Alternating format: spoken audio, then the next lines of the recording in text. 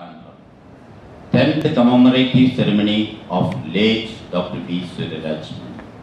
24th February 2013. Scroll of Honor. The Venad Guild of Psychiatrists hereby acknowledges the contributions made by Dr. Vihang Vahia towards the cause of mental health. He is an outstanding clinician and a good teacher. His successful efforts in enhancing the therapeutic skills of the fellow psychiatrists are recognized. He travelled throughout India as a resource person in continuing medical education programs in the area of mental health. He is keenly interested in the capacity building of young psychiatrists and postgraduate students in psychiatry. He has published very many scientific articles. He is a born leader. We hereby place on record our appreciations to this eminent psychiatrist. Considering his meritorious and valuable leadership in the field of mental health, he is selected as the recipient of 10th V.S. Mani Oration Award 2013. I request Dr. Ahmed.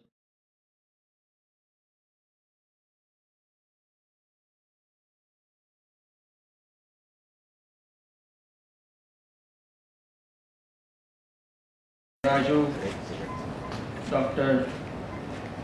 Abdul Bari, Dr. Anil Kumar, Sushma, Siddharth, Devi, fellow psychiatrists, friends, ladies and gentlemen. As I was going through this, receiving the award, it occurs to me the old song started ringing in my ears, which said, somewhere in my youth or childhood, I must have done something good to deserve this. Thank you very much. I cherish it and I relish it. Suraraj Mani, Vishwanathan Suraraj Mani, was born exactly 6 weeks before I was born. And probably that's what made us click. Soon after my graduation, I joined psychiatry. Soon after his graduation, he went through various specialties before he came to KEM. And when I left GS Medical College, the KEM campus, to start the Cooper Hospital department in '77, a year later, Mani joined the department. Both Suraraj and I are students of the same teacher. During his registrarship, he came over and worked with me, and that's how he became my younger or junior colleague. Probably our age made it easier for us to communicate. And for years together, Mani and I would exchange pleasantries, and at every annual conference we would sit and discuss all that was happening in our personal, professional and occupational life. Our friendship dates back to virtually 78. In 82, that's Sushma for those who don't recognize. I was at that wedding at the Crystal Room of Taj Mahal Hotel. And probably Sushma may not remember, but before this Crystal Room, I had gone with Mani to her house at the Diamond Gardens in Chembur when Mani was considering whether or not to marry Sushma. So Sushma, I was there and we had that lovely snack, and I still remember that. Our friendship continued. When Mani started his suicide prevention clinic at intensive care unit, I was here to inaugurate his ward. Such was his popularity that there was no standing room when he was opening the ward. Subsequently, Mani and I continued to have close interaction, and I was present when he was the president of Venad Guild at a CME, and we recognized some very, very important who's who of psychiatry in Kerala. All our present pleasantries suddenly came to an end on that fateful 21st February 2003, precisely 2 weeks before his 53rd birthday. It was a shock. When I got the news on the 22nd morning, I couldn't believe. I called up my friend, my dearest friend, now late Dr. S.P. Ramesh. And I asked him whether it was true, and he sent me this write-up that had appeared in the Malayalam Manorama. And then subsequently I read this little write-up by the Helpline Crisis Control, which I believe has now set up a unit in the memory of Dr. Mani.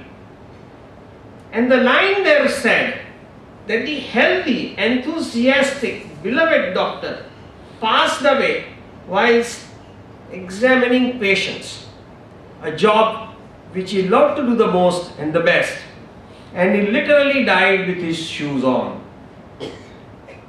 Sad as that event has been, it got me thinking of the price we pay for achievements we make and the relationship between success, achievement and health. I implore you to recall your last qualifying exam. Everything seemed wonderful. Whatever that you said got multiplied several times, and what you said ultimately meant the most. When you got that little piece of paper, whether it was your appointment as a professor or whether it was your marriage license or the property, that seemed to be the epitome of success. Only soon to realize that not many people approve of our self-assessed importance. There is always a devil's advocate round the corner making our life miserable. It might be a government officer clerk, or the marriage license officer clerk, or the landlord, or the head of the department, or the traffic cop, or the municipal officer. Somebody or the other is always around, if nobody else the mother-in-law, to make our life miserable. Devi is smiling. And we soon realize that it is easy to succeed. What takes the toll is the sequel to succeed. Once we succeed, what do we face? We struggle to survive the success that we create for ourselves. Each one of us in this house is literally working the pants of our seat simply to stay afloat in life. So, question is, what is success? Success is a relative term. The more you succeed, more relatives will spring up. But to be a scientist, let's look at success. It can be a noun, an adjective, or a word. As a noun or as an adjective, it refers to how you measure success. To be successful, you don't have to do something. Even if you don't allow others to do what they want, that also is success. I did not do it, but I did let her do it. That is also success. It refers to means of success. And why do we do whatever we do? Humans as a race is destined never to rest. Humans cannot rest. When we sleep, we dream. When we are awake, we talk or we think. Think of doing nothing for even 2 minutes in a day. We have to do something all the time. Unlike cows and dogs who seem to either eat or sleep, we can't. We eat because we have to. We sleep because we have to. But we want to do something. Humans must do something. And humans cannot accept incisive assessment. If you want to upset someone, just keep staring at that person. Don't do anything. Don't say anything, just keep staring. A man with more hair will soothe the hair, will button the shirt, the ladies will put down the dress. If you still keep staring, they'll get up and go away. We cannot take assessment. And what is it that we need to do all the time? Freud called it instinct. There are things that want and want and want. We always want something. And what we want could be biological, food, clothing, shelter, security, or approval. All of us want to be approved. How am I? How was I? If you don't attend the office for 2 weeks, if nobody asks you how are you or where were you, you're going to be upset.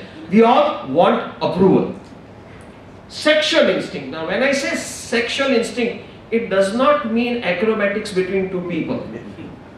Sexual instinct is that very act of physical stimulation and a caring and sharing relationship. It is so important to be touched that in countries with thin density of population, even the social interaction is elaborate hugging and kissing and patting. And in a country like India where there is too much of touching, we try to do with a distant namaste. But we need touch. Touch is an important stimulus to feel alive in life. Then there are these, of course, aggressive instincts, and then there are eros and thanatos instincts, instincts to get into adventures.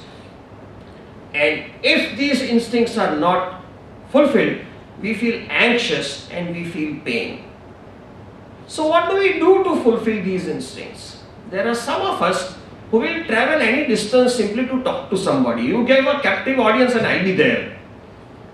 There are those who keep work and work and work all the time. They deny themselves even the realization that they are tired or upset.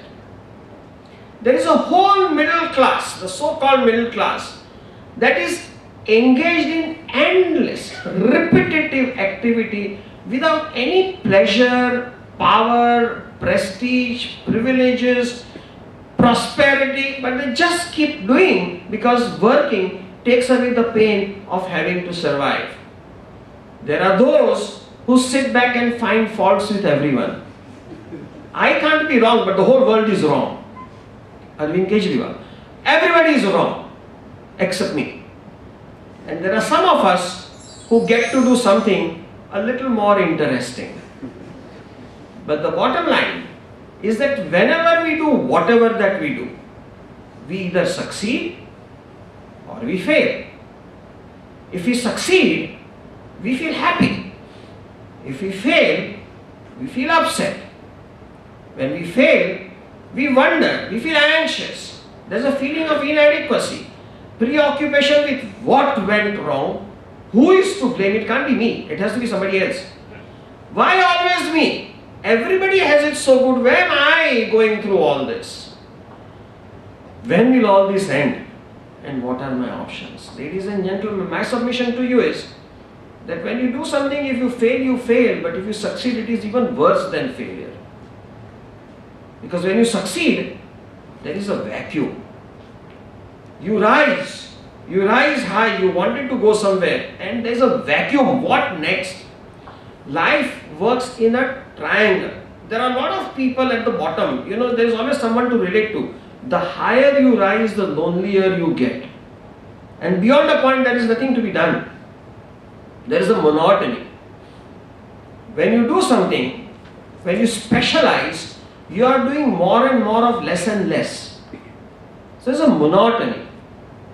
I was once, this is not to tell you that I was traveling, but I was actually once traveling from Tokyo to Mumbai, and the captain was known to me. This was long ago, 20 years ago, when security measures were not so bad. And the captain's name, when it was announced, was familiar. So I sent in my card and the captain called me into the cockpit. That was a Boeing 747-300 combo aircraft. And the cockpit was chocker full of smoke. I said, Captain, how can you survive? He says, Doctor, do you realize? He said he was one of the 15 captains of Air India who was licensed to land at Narita airport, which is a tricky landing. So he said 2 times in a week, I traveled to Narita. During that 9 hours of non-stop flight, we are 3 of us locked in the cockpit, Sometimes we hate each other, but we are locked up in the cockpit. All the 9 hours I am continuously talking to the ground control whom I am never going to meet. I go and stay in the same hotel, in the same room, eat the same damn chicken twice a week. He says people think being a captain of a 747 is so glamorous. It's actually monotonous. The higher you rise, the lonelier you get.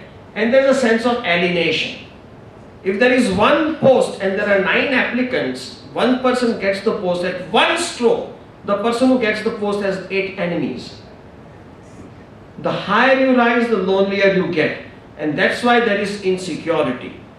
Insecurity, fear of treachery. Who will stab me behind my back? And then there is this desire. We feel success is happiness, is visible gains. I must have power, prosperity, prestige, whatever. Not only I should have it, I stood first in my school in SSC. I stood within the first 10 in the 12th standard. I went into the best medical school. I was top of my class and I married the person who was second in my class. It can't be above me, it has to be below me. Now, my child should stand first in the school and now my child should be in the first 10. What will happen? The family's prestige is at stake. So it's need to perpetuate. And then what if it doesn't happen? Oh God, what will people say? So what happens when you succeed?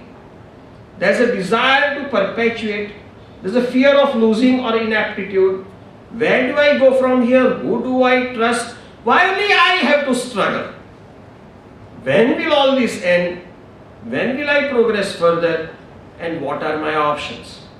So actually, if you sit and tabulate the outcome of failure versus outcome of success, the ultimate result is not very much different. Bottom line is, all of us spend all our life wondering what are my options. Should I have married her or her sister? What are my options? All our life, we look at options. So no matter what you do, whenever either you succeed or you fail, humans are destined to sizzle in stress. There is no profession in this world which has no stress, except dispatch clerk in a government office. There is no profession where there is no stress. So what is the source of stress? Plenty. In simple terms, whenever we do whatever that we do, immediately people around us will assess what you do and either approve or disapprove. So, if there is approval or disapproval, people learn to cope or live with it.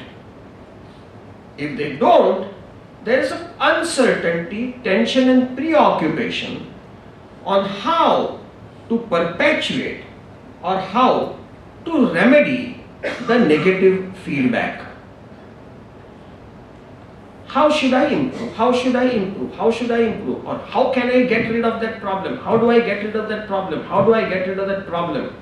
That produces what is broadly called the discursive thought in cognitive therapies or behavior therapies. Restless preoccupation.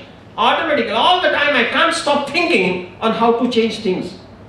I can't change things, but I can't stop thinking on how to change things. There's almost an obsessive preoccupation with either perpetuating the gain or remedy the fault. That adversely affects our attention. Instead of focusing on my work, I'm focusing on how to change life. And this leads to an enhancement of uncertainty. It is a negative feedback on whatever that you decided to do and adverse effect on whatever you might even want to do later in the past. What is stress?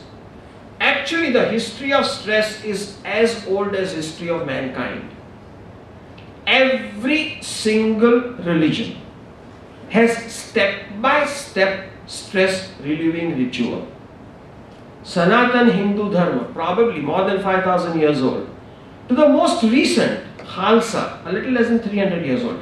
Every single religion has a step-by-step stress relieving factor, which means history of stress in mankind is as old as history of mankind origin. Not only that, even the source of stress remains the same. In the prehistoric days, people had to be protected against wild animals and impure drinking water.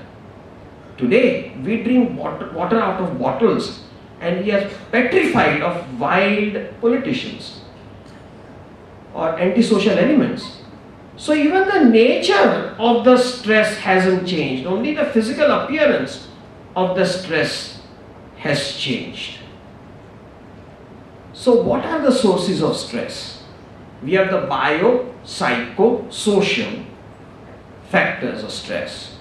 A personality, what people do, ultimately we select the friends that match our liking. And then the social reality, fighting between temptations versus morality, the middle class, temptations versus morality. John can have 2 beers, so I must have 5. Peer group prestige.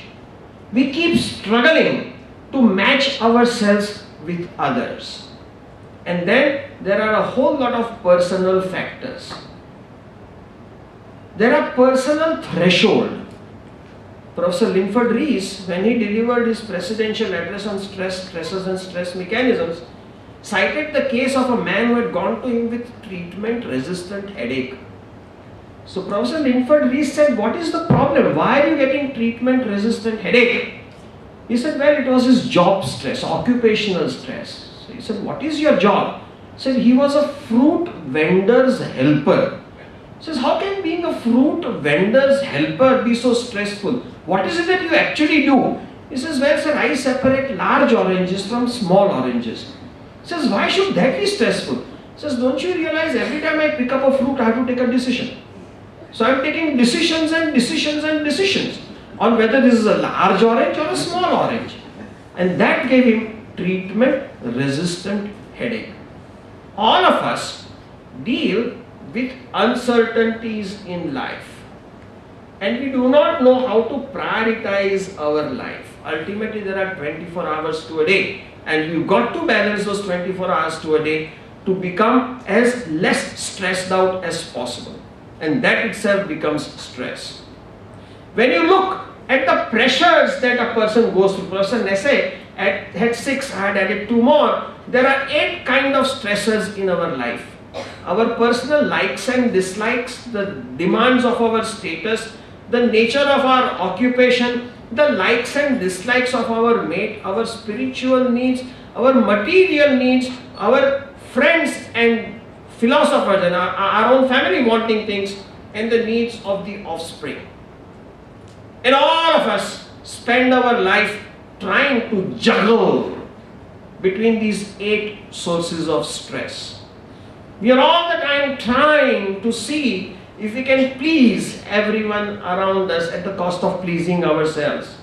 And it is not so simple, because what is good for the person is bad for the spouse, and what is good for the spouse is bad for the friends, and what is good for the friends is bad for the status. And when you look at the interaction, it's such a bad juggle that it's a small wonder that some of us can even think that we are retaining our sanity.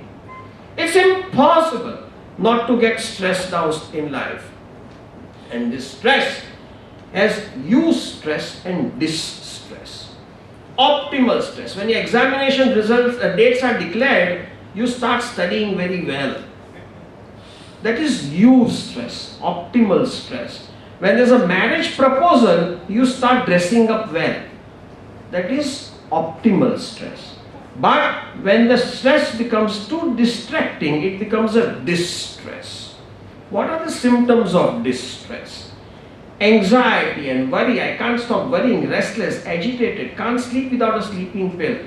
Dims and does, disorder of initiating and maintaining sleep, or disorder of excessive somnolence, and impairment of activities of daily living. I'm so stressed out that I can't do my things. Today, in city like Bombay, it has become so fashionable to say that, oh, I'm tired, oh, I've got muscle aches and pains, oh, I can't sleep without a sleeping pill, oh, I'm so bothered at work. In a city like Bombay, if you are able to sleep without a sleeping pill, and if you really enjoy the work that you are doing, and if you are not getting any body aches and pains that need to be treated, something's wrong with you. It's not the average.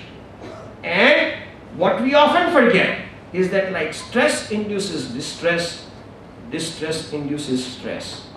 Each one of us has got into this never-ending, self-perpetuating sleep, stress, distress cycle, which is of our own creation. So what are the symptoms? The symptoms, manifestations of distress, is when a person refuses to accept stress. There are changes in personality. There are people who sulk. What happened? Nothing. Why are you talking? Nothing. Nobody, you're not looking good. Nothing. But you are not eating. Nothing. People who sulk, who bottle their unhappiness. And there are blowers, people who make others sulk, people who make others uncomfortable. Then there are these occurrences of illness-related physical, body language. As a house physician in general medicine, I would have people who would say head aches, eyes hurt, nose dirty smell, mouth goes dry. In the years, I keep getting some sigh. In Hindi they say upar ka saans upar, niche ka saans niche. I don't know how to translate that in Malayalam. And then there is one particular symptom which one particular community always mention. It also comes up only in Hindi, which says pet ka pet mein julab hota hai. I don't know what that means. Bones ache, joints swell. And ladies, pardon me, but there are men who say, "Sab 6:30 ka para nahi bachta hai," become impotent. All kinds of problems without any physical symptoms. And then of course, people become workaholics, take alcohol, smoking, Viagra, sexual misadventures. Classical example, Mr. Bill Clinton. Increased religiousness and disabilities in activities of daily living. These abnormalities are measured in terms of DALYs. What are DALYs? Disability adjusted life years, which takes into consideration years lived with disability and years of life lost. Today, the WHO, which studied the DALYs in 2004, has predicted what's going to happen in 2030. The prediction is that unipolar depression will be the most common disability of mankind, followed by road traffic accidents, followed by ischemic heart diseases, and then come cerebrovascular accidents. There will be a re-ranking of the first 10 DALYs, but there will be new ones that will come in the list of first 10. COPD is becoming progressively more common. More and more people go around with those little inhalers. There will be hearing loss because of so much of sound pollution. There will be a refractory error with so much of reading at the computer screens. There will be diabetes mellitus, HIV will come down, and even the lower respiratory tract infections will come down. There will be more of COPDs but less of lower respiratory infections. What will happen? We will have much better obstetric care, and we will have much better neonatal care.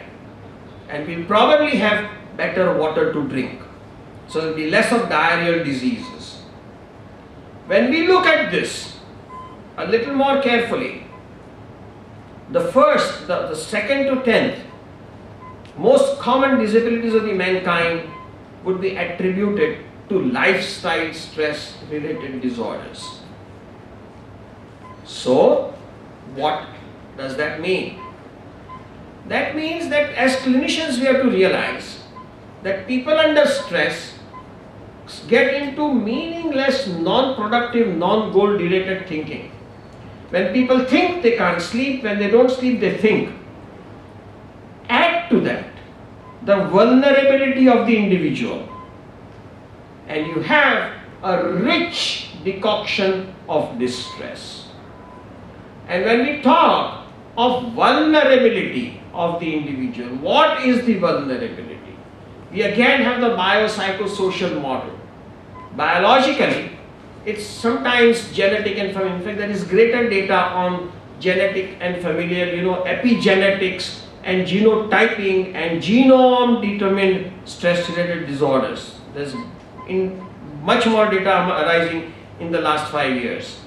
But we know that any brain, or for that matter body, which is disturbed by any of these etiologies, the Vietnam diet, any of them is more likely, has a lower stress threshold and is at a greater risk of developing a stress related disorder. Then of course there are past experiences, learning, cultural and gender specific issues, all of them add up to causing distress. A very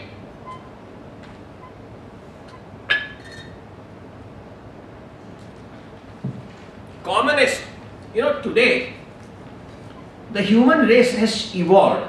12 o'clock in the afternoon is just as well lit as 12 o'clock in the midnight. So we are losing day-night orientation, the circadian rhythm. And there was this study which came up so well this is a sample of female patients.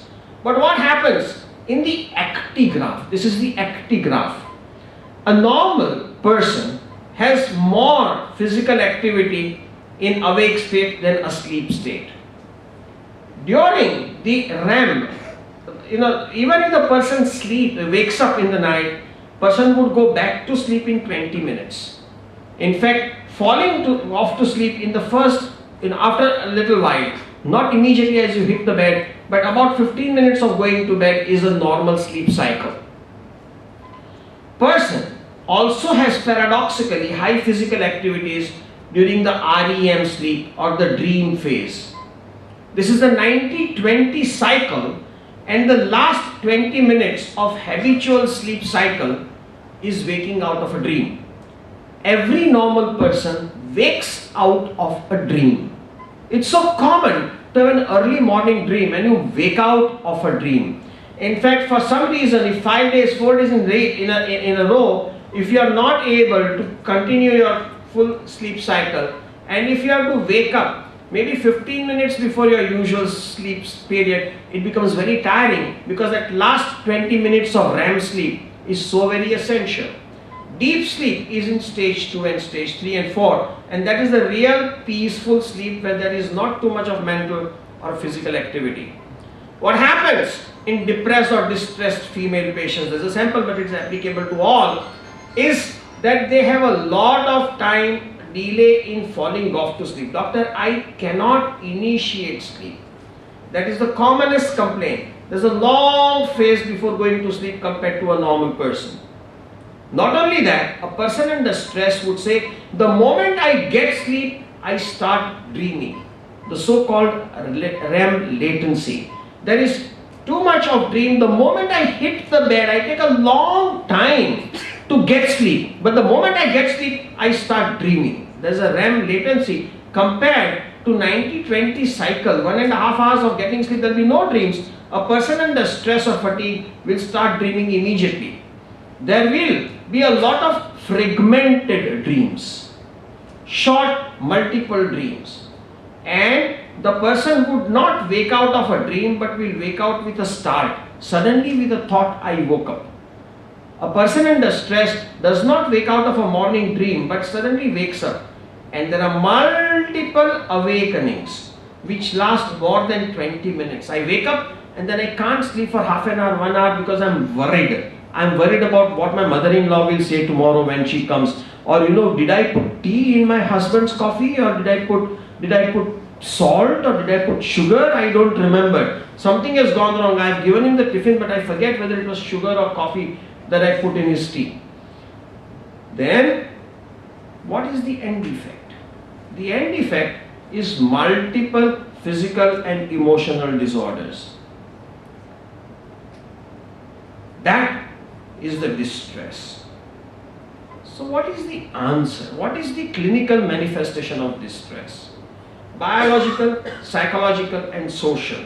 hypertension, diabetes, coronary heart diseases, accident proneness, malignancies, all of them are stress-related disorders. Psychological, anger, hostility, a whole lot of unpredictable behaviors, undecisiveness, use of sildenafil or other stimulating agents, and difficulties in interpersonal relationship. You always hear of a government officer who is so good that he had 25 transfers in the last 5 years. Person who just can't get along with others. What is then the solution? What is the answer to all this? The first answer is patients who come and say, doctor, do something that let me sleep well. If I sleep well, I can handle life. I need to sleep, doctor. Do something for my sleep. What do you do when you want the person to sleep? The person wants to get sleep immediately. I don't want to wait for half an hour, 40 minutes to get sleep. I don't like this too much of dreaming. This excessive dreaming takes its toll on me. What I would really like is that even if I wake up, I should be able to fall back to sleep within 20 minutes of awakening. And I'd like that I wake up fresh in the morning. We now have melatonergic drugs which try and aim at reducing this intermittent awakening to less than 20 minutes when the person does get up. Have a better sleep cycle initially. Have a better deep sleep initially in treatment. This can also happen with non-drug treatment. And eventually achieve a sleep cycle or an actigraph which is similar to a normal awake or a non-distressed person. How does one do that? Learn to accept stress. That you can't have job, cannot have life without stress. Remember, there are some remedial actions. One of them is time management. There are 24 hours to a day no matter who you are or where you are. It's wise to realize that these 24 hours should be divided into 3 portions of 8 hours each. 8 hours of work, 8 hours of sleep, and 8 hours of looking after yourself. If the work is too much, let it kind of bite into your time for looking after yourself, but not your sleep. Every normal person between the age of 16 and 65 needs to sleep between 55 to 60 hours a week, full stop. That's the physiological need. Unless you can sleep for 24 hours of Saturday and 24 hours of Sunday and make it 48 hours, you need to divide this 55 to 60 hours in 7 days. I gave up mathematics in 1967, but I think it amounts to 8 hours a day. If you 8 hours a day, if 7 hours, 7 days a week, it will be 56 hours, plus a little extra weekend sleep. We'll add up to about 58, 59 hours. Delegate your duties. If someone can do it, let it be done. If you can buy luxury, just buy it. Restructure lifestyle. What do you mean restructure lifestyle? There are things we need and things that we do because it is prestige. Because my neighbor does it, I should do it. Well, learn to do things which help you. Plan for thereafter. We rarely plan for thereafter. We always plan for success. We rarely plan for failures. Anytime you plan anything, you must plan for failures. I hope it will occur, but if it doesn't occur, what am I going to do? The art of listening. Today, humans have lost the art of listening. As a psychiatrist, when I get called over for a home visit, I see the dining tables have disappeared. There is a home theater system. Everybody sits watching the TV. People are so interested in knowing what the bold are doing to the beautiful that they forget to know what's happening in their own house. People don't talk. People don't talk to each other. Today, if you want someone to listen to you, you got to go to a psychiatrist or a social worker or a psychotherapist and pay him to listen to you. And even then, it's not guaranteed. People don't listen. What happens to you when you are upset? You would go and say, listen to me please. Just listen. You can't do anything but listen. Well, nobody listens. If you want to be listened, you got to go to a doctor and pay the doctor to listen to you. And what's more, parents will come and say, doctor, you tell my child to do this. I can't tell my child. You tell my child. You tell my wife that I'm a good husband. She doesn't believe. Doctors have become communication conduits. Health professionals have become communication conduits. Who do I speak to? Okay, I'll go and speak to a doctor or a therapist. people don't listen. So develop the art of listening and adaptive attitude. So many people are convinced that there are two ways of doing things, my way and the wrong way. If you don't do it my way, you're doing it wrong. It doesn't help. There has to be a flexibility in interpersonal relationship. And when you listen to a person, please tell the person that when a problem has occurred, doing the post-mortem of the problem, who did it, why did it happen, why should it happen to you, hooray, he said that, how bad, what does it matter? What matters is not explanations and excuses. What matters is remedial action. Problem has occurred, let's find an answer. You have to be proactive in life. And then balance the psychosocial environment. Sleep, diet, exercise. What our old grandparents had always told us, that before going to bed you must have a glass of milk with cream and sugar, makes so much sense, because when we go to sleep at night, for about 9 hours there is no food intake. The blood glucose drops. People who do not take a proper evening or at least some kind of a supper are the ones who end up with refrigerator raids. They keep waking up because of hunger cramps. Meditation. What does meditation do? I am not here to propagate meditation. But remember, we went through the source of stress. What meditation does is it focuses on this triangle of uncertainty and excessive thinking.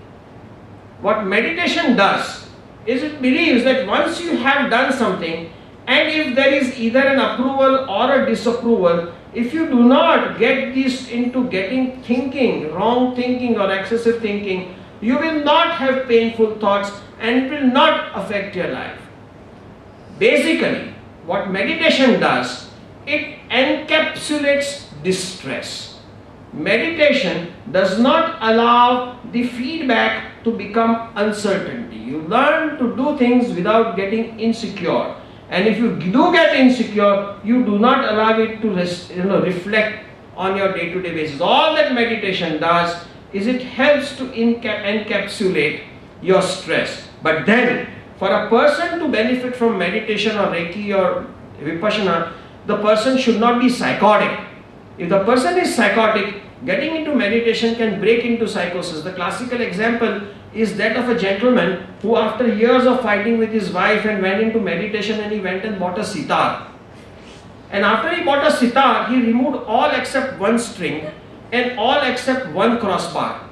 And for hours together he would go on ting ting, ting ting, ting ting. The wife said, what the hell?